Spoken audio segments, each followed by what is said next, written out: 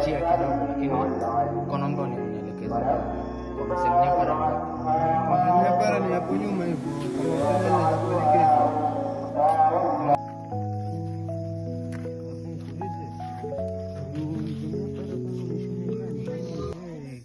Si mchache wagopewa vibaya. Mimi ni kijana wake sasa, kwa nimekuja vitu kufanya naye kuja kusaidia. Hakuna shida.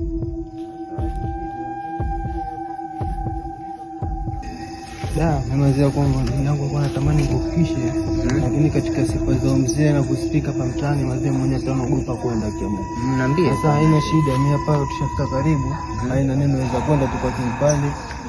Mimi hata ndugu zangu niondoke ndugu yangu. Sasa unasikisha tu. Sini hapa tu ndugu, utafika kufikisha mpaka nyumba hiyo ione. Acha mimi niondoke tu ndugu yangu Rosa. Okay, sawa basi, haina shida. Mimi nashukuru. Haina noma. Acha mimi nitoke. Sawa, acha mimi niondoke. Haina noma. Sawa.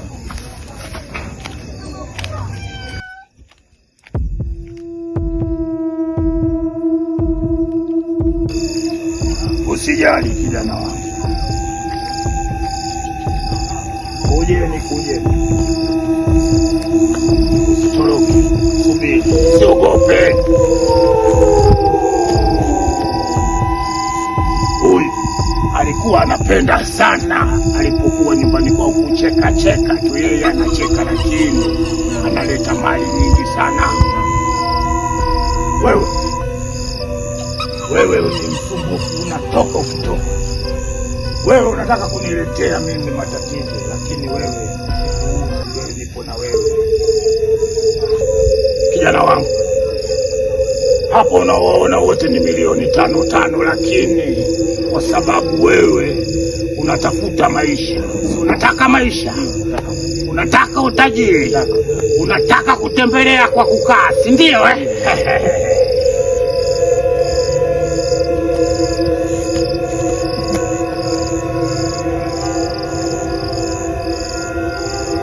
Huyu ndiyo dhahabu kwangu, nakupa huyu, lakini ukipata utajiri, usipokuja basi na wewe utakuwa miongoni, kwa sababu mimi sijawahi mzee Mnyapara kutorokwa, na wala sisumbuliwi na kiumbe cha aina yoyote hapa duniani.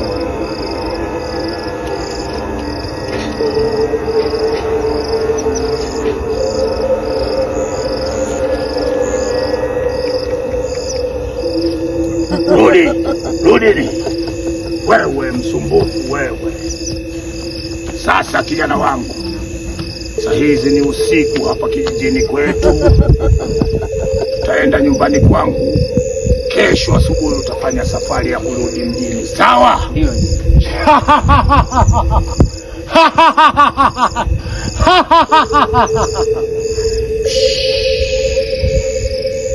Tunaweza tukaongoza.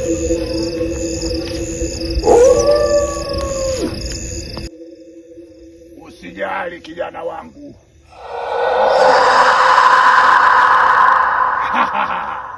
Unataka kunambia nini? Nini nyumba yako? Hii ni nyumba, lakini wewe huna jicho la tatu, huoni. Usimti kabisa. Usijali, uko na mimi mzee Mnyapara. Twende.